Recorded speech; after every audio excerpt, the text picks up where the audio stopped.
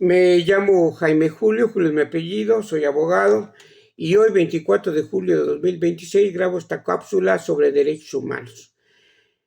¿Qué son los derechos humanos? Los derechos humanos surgen de las revoluciones liberales y se establece que son derechos que tenemos desde que nacemos, son derechos naturales en las cuales no importa que no estén en una norma. Son derechos universales porque no importa el género, la religión, la nacionalidad o la condición social. Sin embargo, en el marco legal nacional e internacional en el que vivimos, forzosamente tiene que estar en una norma para que sea obligatorio. O sea, decimos los abogados, tiene que estar positivizado para que sea vinculatorio. Y eso actualmente se vincula o se positiviza en los tratados internacionales y en las constituciones de los estados. Tenemos que México los tiene establecido en el artículo primero constitucional. Sus antecedentes históricos surgen desde la Edad Media, que duró 1000 años. Aquí anoto que está desde 475 a 1492, donde ya se habla de los derechos humanos. Hay una teoría jurídica que se llama justnaturalismo. Just significa derecho en latín, en el cual dice que tenemos esos derechos al nacer.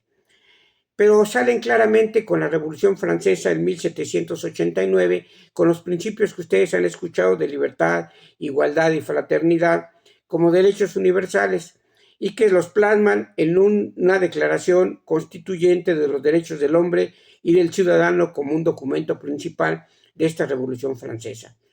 Desafortunadamente no hablaban los franceses en ese siglo XVIII de las mujeres, únicamente hablaban de derechos para el hombre, por el género hombre. Tenemos que en 1945, después de las dos guerras mundiales, con todos los destrozos que hubo y violaciones a los derechos humanos que ustedes conocen, con esos genocidios, se crea la Organización de las Naciones Unidas y años después, en 1948, se hace la Declaración Universal de los Derechos Humanos en París, Francia, donde los países miembros, que originalmente son 59, 51 y actualmente son 193, se obligan a cuidarlos, a respetarlos. Tenemos que ese mismo año de 1948, en la novena Conferencia Internacional Americana en Colombia, surge la Organización de los Estados Americanos con 21 países. Actualmente son 34, se excluye a Nicaragua y a Cuba. Tenemos que se da la Declaración de Derechos Americanos de los Derechos y Deberes del Hombre. En 1969 surge un tratado internacional que se denomina Convención Americana de los Derechos Humanos en San José de Costa Rica, que es muy importante porque todos los miembros que la suscriben están obligados a llevarlo a cabo. Es un tratado fundamental que obliga a respetar los derechos humanos y donde se crea la Corte Interamericana de Derechos Humanos. Vamos a ver que en los sistemas universales de derechos humanos hay una Corte internacional, pero también los sistemas regionales, como es en Europa, en Asia, en África y en Latinoamérica, tienen sus propias cortes internacionales. Los derechos humanos se clasifican por generaciones. Inicialmente, la primera generación es de los derechos civiles y políticos, la segunda generación, derechos económicos, sociales y culturales, y la tercera, derechos colectivos y de solidaridad, como son eh, los derechos al desarrollo y el medio ambiente.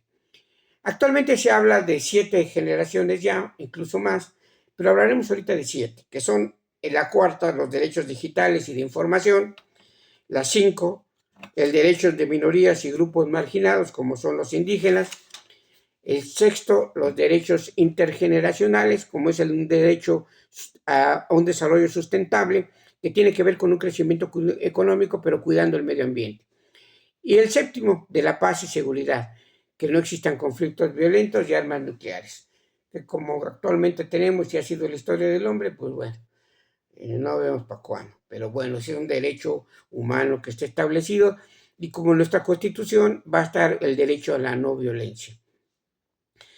Esta modificación en la Constitución mexicana del 10 de junio de 2011, que establece en el artículo primero constitucional los derechos humanos, y al texto anota: el Estado deberá prevenir, investigar, sancionar y reparar las violaciones a los derechos humanos en los términos que establezca la ley. Los tratados internacionales tienen la misma jerarquía que las constituciones de los estados. Hay quien dice que es menor, pero bueno, lo que sí es, todos coinciden los juristas internacionales, que están encima de las leyes nacionales. Tenemos que en nuestra Constitución Política de los Estados Unidos Mexicanos, en los artículos en particular, en el tercero tenemos el derecho a la educación, en el quinto el derecho al trabajo, en el cuarto, que es muy importante porque vienen de 10 derechos humanos, que es la igualdad del hombre y la mujer, el derecho a la salud, a la alimentación, al medio ambiente sano, el derecho al agua, ya ve cómo está el problema del agua, a la vivienda, a la identidad personal, al interior superior de la niñez, sobre todo cualquier derecho de cualquier persona, a la cultura, a la movilidad y libre de violencia.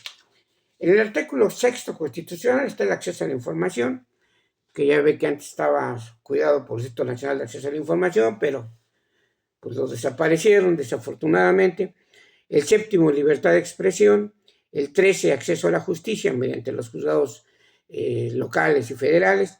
El 16, protección de datos personales. En el artículo 29 aparece el derecho a la personalidad, al nombre, a la no discriminación, a las garantías judiciales y a los derechos políticos. Mencioné aquí ahorita 22 derechos. Si ustedes entran a la página de la Comisión Nacional de Derechos Humanos, les agregan hasta 53 derechos. Ya hablé de estos sistemas de derechos humanos que tienen sus propias cortes internacionales, el europeo, el africano, el latinoamericano y el asiático. Ellos supervisan y cuidan que se cumplan. Aquí los demandados no son las personas, son los estados nacionales. Es México, es Chile, Portugal, es España, los países. Tenemos entonces que México tiene varios casos emblemáticos donde se le ha condenado a penas pecuniarias, a pedir perdón de manera pública y a resarcir el daño conforme la situación lo merezca. Voy a mencionar 4 casos significativos. El caso Tzepatle, Tecpile y otros indígenas que fueron arraigados y prisión preventiva sin ninguna justificación. Actualmente, dentro de los derechos humanos, pues está prohibido el arraigo, pero México pues no lo ha quitado, sigue apareciendo en los códigos penales. El caso Alvarado Espinosa, que es sobre desaparición forzosa por la autoridad. Caso Campo Algodonero, que es muy triste, que es contra feminicidio y violencia de género que surgió en el norte del país por parte de militares. Y el caso Radilla Pacheco, que es la desaparición forzosa. Tenemos que todos los órganos de justicia, como un derecho humano, tienen la obligación de supervisar y cuidar que se cumplan estos derechos. Y si no, pues tenemos el juicio extraordinario, que es el juicio de amparo en los juzgados federales. Pues es todo, muchas gracias.